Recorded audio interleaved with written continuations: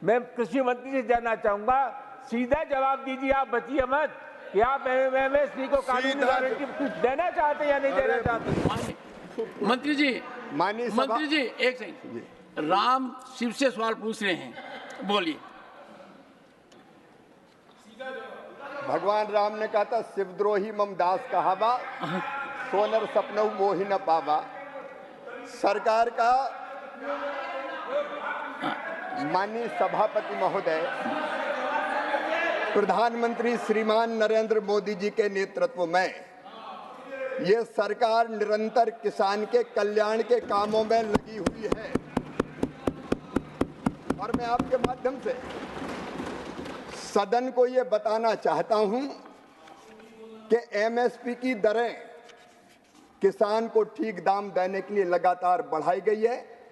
ये गलत आरोप लगा रहे हैं, सरकार की 6 सूत्रीय रणनीति है किसान को ठीक दाम देने के लिए। एक उत्पादन बढ़ाना, दूसरा उत्पादन की लागत घटाना, तीसरा उत्पादन के ठीक दाम देना, चौथा अरे आप क्यों डिस्टर्ब करते हो? माननीय सभापति नहीं, रामजी लाल जी एक बार बैठिए। आप मंत्री भी रह चुके हैं, अनुभवी हैं, प्रश्न पूछिए, नहीं तो बीच में मत टोकिए प्लीज, इट डजंट रिक्वायर। माननीय सभापति महोदय, माननीय सभापति महोदय, हमें किसान विरोधी कहा जा रहा है। मैं कह रहा हूं कि हम उपाय कर रहे हैं, प्रधानमंत्री नरेंद्र मोदी जी से जब बड़ा किसान हितैषी कोई है नहीं, और इसलिए उत्पादन का ठीक दाम देना, प्राकृतिक आपदा हो तो नुकसान की भरपाई करना, कृषि का विविधीकरण और प्राकृतिक खेती। अब इसमें उचित दाम देने के लिए माननीय सभापति महोदय, समिति की रिपोर्ट आएगी तब हम कार्रवाई करेंगे, लेकिन तब तक हम चुप नहीं बैठेंगे।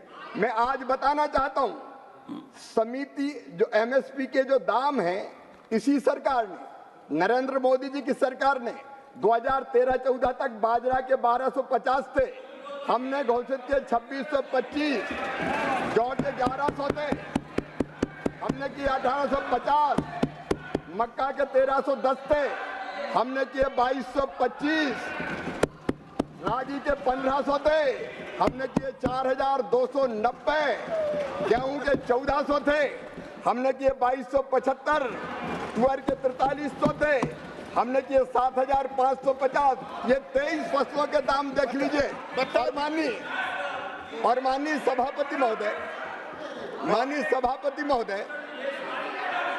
Randeep, what is this practice? Honorable Minister is replying. Let him complete. अपने क्या कर रहे हैं? नहीं, सुनिए एक बार, सुनिए।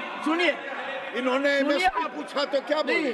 रणदीप जी, कम से कम इतना समय हो गया, मंत्री जी जवाब दे रहे हैं, जवाब को सुनिए। ये क्या कर रहे हैं? रामजी लाल जी बैठिए। माननीय मंत्री जी, माननीय सभापति महोदय, जब माननीय सुरजेवाला जी की सरकार हुआ करती थी, उससे दुगने एमएसपी के दाम किए हैं इस सरकार ने, दुगने। और एक निवेदन और करना चाहता हूं माननीय सभापति महोदय, ना आप मंत्री जी, जो उत्पादन की लागत आती है उस पर 50% मुनाफा जोड़ के नरेंद्र मोदी जी की सरकार मिनिमम सपोर्ट प्राइस देती है, नरेंद्र मोदी जी की सरकार, और हम उस पर खरीद भी रहे। माननीय सभापति महोदय, मैं विनम्रता पूर्वक कहना चाहता हूं, विनम्रता पूर्वक, कि समिति की रिपोर्ट आएगी तब हम उचित फैसला करेंगे, लेकिन तब तक हम चुप नहीं बैठे हैं। हम लगातार किसान के हित में फैसले लेते जा रहे हैं।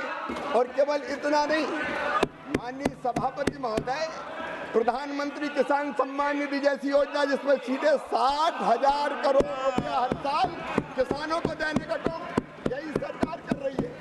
माननीय सभापति महोदय, इतना ही नहीं, गेहूं की खरीदी बढ़ी है, किसानों की संख्या बढ़ी है, धान की खरीदी बढ़ी है, किसानों का नंबर बढ़ा है। और माननीय सभापति महोदय, 1,68,000 करोड़ रुपया फर्टिलाइजर पर सब्सिडी ये सरकार दे रही है। तो एक नहीं, ऐसे अनेकों कदम।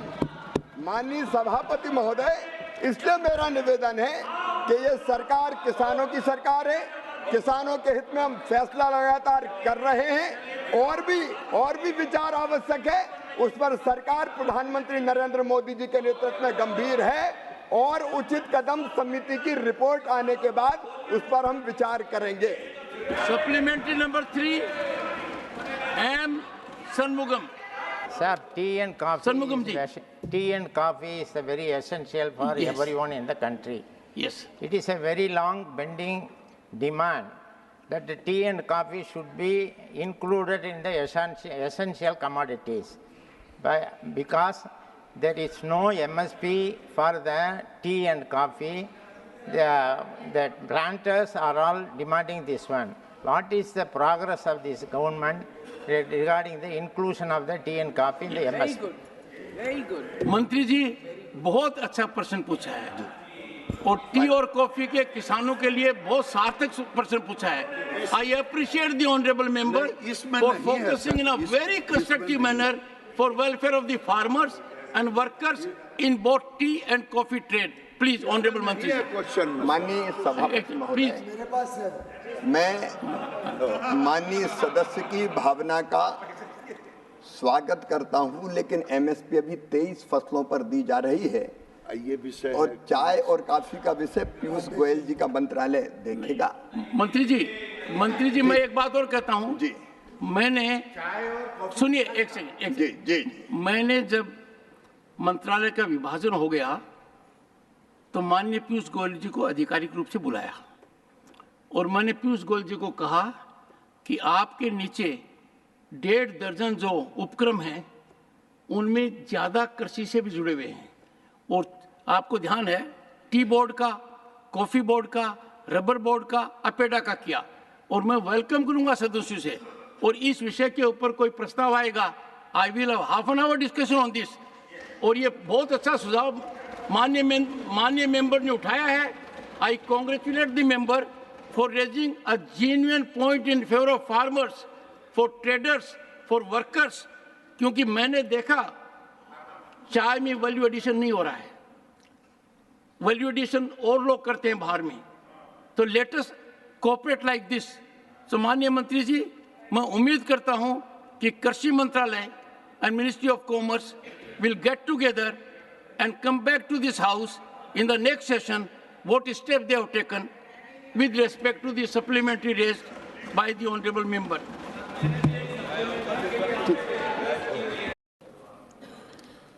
ये जो 2024 और 25 का बजट है, इसमें कृषि के लिए 1,52,000 रुपये का प्रावधान रखा गया है। उपसभापति महोदय, अभी भी आधे से ज़्यादा देश की आबादी कृषि पर निर्भर है, और ये सबसे बड़ा रोजगार देने वाला क्षेत्र है।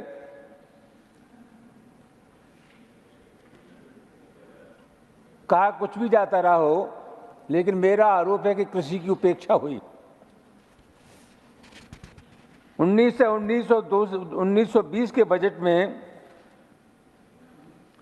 बजट का 5.44% कृषि पर आवंटित किया गया था, और इस बजट में ये आवंटन 3.15% है। उपसभापति महोदय, आप जानते हैं कि लंबे समय से किसानों ने आंदोलन किया, और फिर किसान सिंधु बॉर्डर पर इकट्ठे हो रहे हैं। अगर सरकार गंभीरता से किसानों की समस्याओं पर गौर नहीं करेगी तो इस देश में तनाव बढ़ेगा, और मैं बहुत विनम्रता के साथ कहना चाहूंगा, अगर तनाव बढ़ेगा तो इसकी जिम्मेदारी किसी और की नहीं, सत्तारूढ़ दल की होगी। उपाध्यक्ष महोदय, कहा गया बजट में कि हम प्राकृतिक खेती का उल्लंघन करेंगे, उल्लेख किया गया है प्राकृतिक खेती का। सच्चाई ये है कि प्राकृतिक खेती नाम की कोई चीज होती नहीं।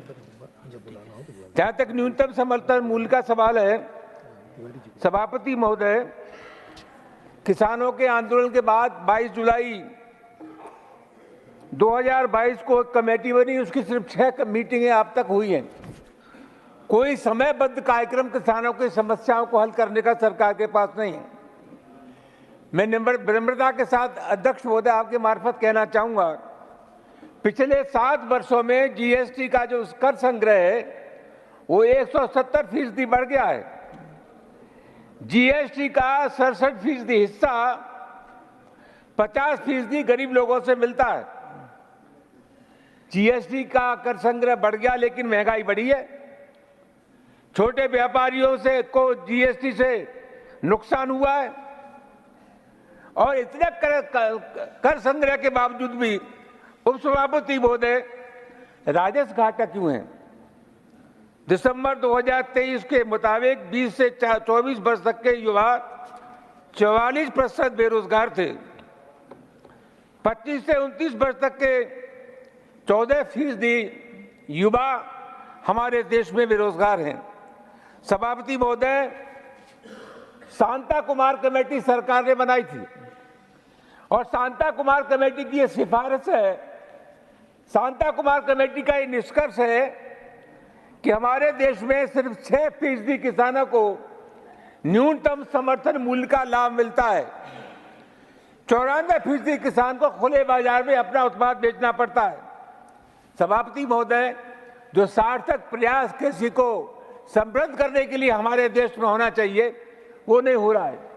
हमारे देश में 7,000 मंडियां हैं जबकि 42,000 मंडियों की हमारे देश में आवश्यकता है। सभापति महोदय, आज स्थिति क्या है? जिन किसानों की बात हम करते हैं, खेत की दवाइयों पर 18% जीएसटी है, ट्रैक्टर पर 28% जीएसटी है, बीजों पर 12% जीएसटी है, कृषि यंत्रों पर 28% जीएसटी है। अगर सरकार सही मानों में किसानों के साथ इंसाफ करना चाहती है तो जीएसटी को जोड़ के न्यूनतम समर्थन मूल्य का ऐलान इन लोगों को करना चाहिए, जो लोग ये नहीं करते।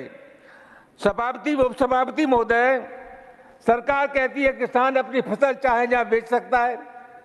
भारत में 86% किसान ऐसे हैं जिनके पास 2 हेक्टेयर से कम जमीन है। क्या वो अपने उत्पाद को कहीं बेच सकते हैं? उपसभापति महोदय, ये संभव ही नहीं है। उपसभापति महोदय, सबसे महत्वपूर्ण बात क्या है? सबसे महत्वपूर्ण बात यह है, अभी कृषि मंत्री जी ने और हमारे लायक दोस्तों ने बड़ा हल्ला किया खेती के सवाल पर।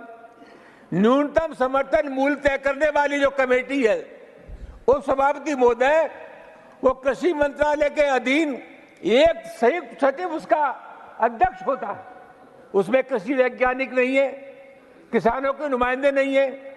उपसभापति महोदय, जिन लोगों को ये जानकारी नहीं है कि चने का पेट बड़ा होता है या गेहूं का पेट बड़ा होता है, वो किसान के भविष्य को तय करेंगे। आपका समय खत्म है। सभापति जी 2 मिनट लूंगा सिर्फ, प्लीज। आप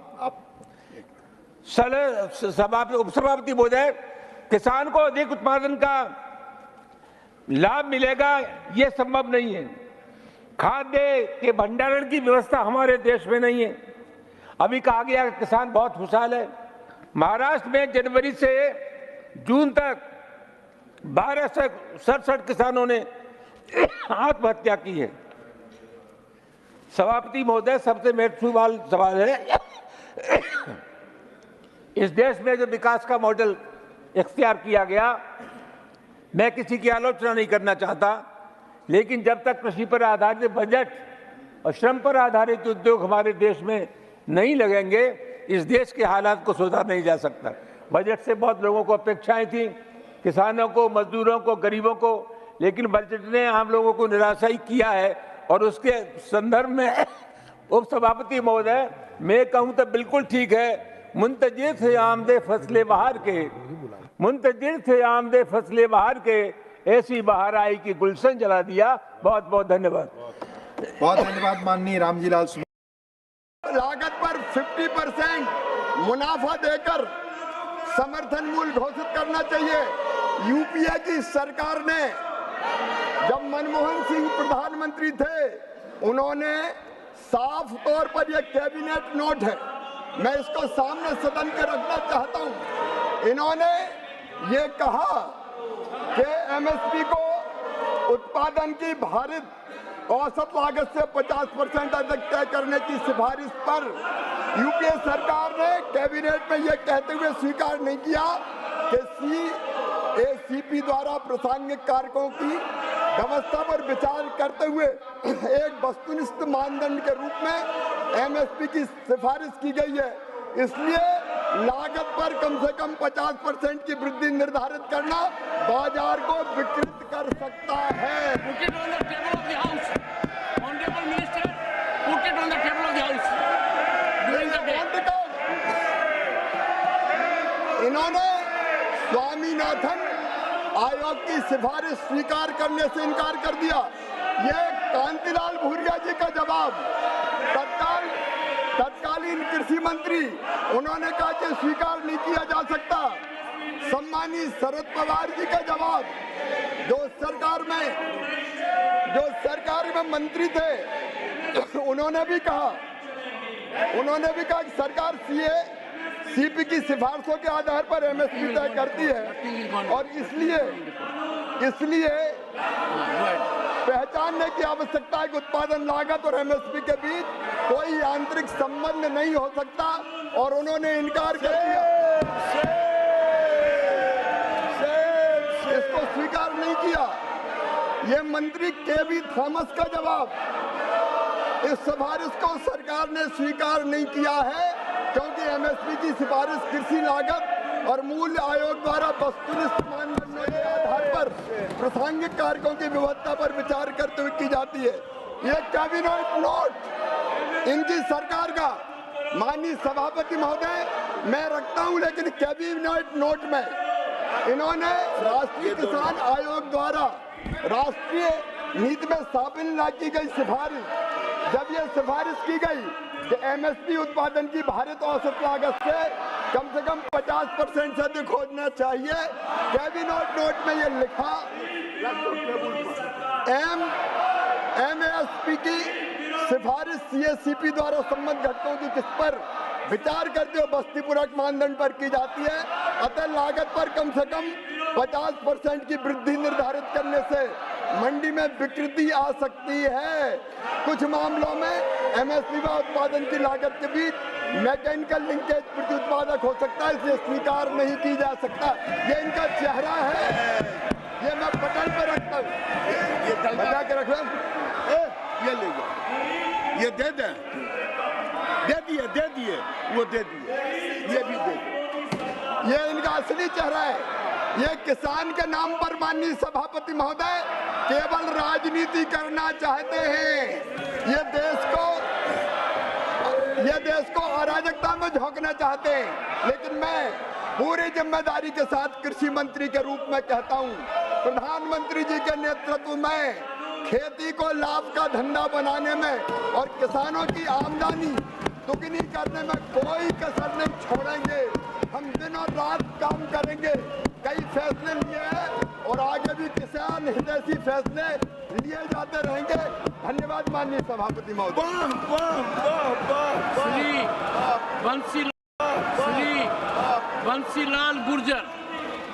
बंसीलाल गुर्जर, आजकल supplementary. Nothing is going on. माननीय सभापति महोदय, मैं माननीय मंत्री जी से, जैसे उन्होंने कहा है, पर मैं पूछना चाहता हूं कि 2004 से 2013-14 के बीच में दलहन की खरीदी कितनी की गई और 2014-15 से 2024 के बीच में दलहन की खरीदी कितनी हुई है? क्या सरकार ने देश को दलहन उत्पादन में आत्मनिर्भर बनाने के लिए कोई योजना बनाई है? यदि हाँ, तो तत्संबंधी ब्यौरा क्या है और अब तक की प्रगति क्या है? महत्वपूर्ण प्रश्न है। माननीय सभापति महोदय, बंसीलाल जी ने बहुत महत्वपूर्ण सवाल पूछा है। मैं फिर ये जानकारी देना चाहता हूँ कि 4-5 से 13-14 के बीच में केवल 6,29,00,000 मीट्रिक टन दलहन खरीदी जाती थी और हमारी सरकार, मोदी जी की सरकार 1 करोड़ 70 लाख मीट्रिक टन दलहन खरीद रहे हैं। 25 गुना ज़्यादा खरीद रहे हैं। और आदरणीय माननीय सदस्य बंसीलाल जी ने कहा है, वो विद्वान कृषक हैं। मैं निवेदन करना चाहता हूं कि दलहन के उत्पादन को बढ़ाने के लिए इस बार हमने तय किया है कि मसूर, उड़द और तुअर पूरी मिनिमम सपोर्ट प्राइस पे खरीदी जाएगी, चिंता ना करें। देश का किसान दलहन पैदा करे, हम खरीदने का काम करेंगे। Question hour over. Honorable members.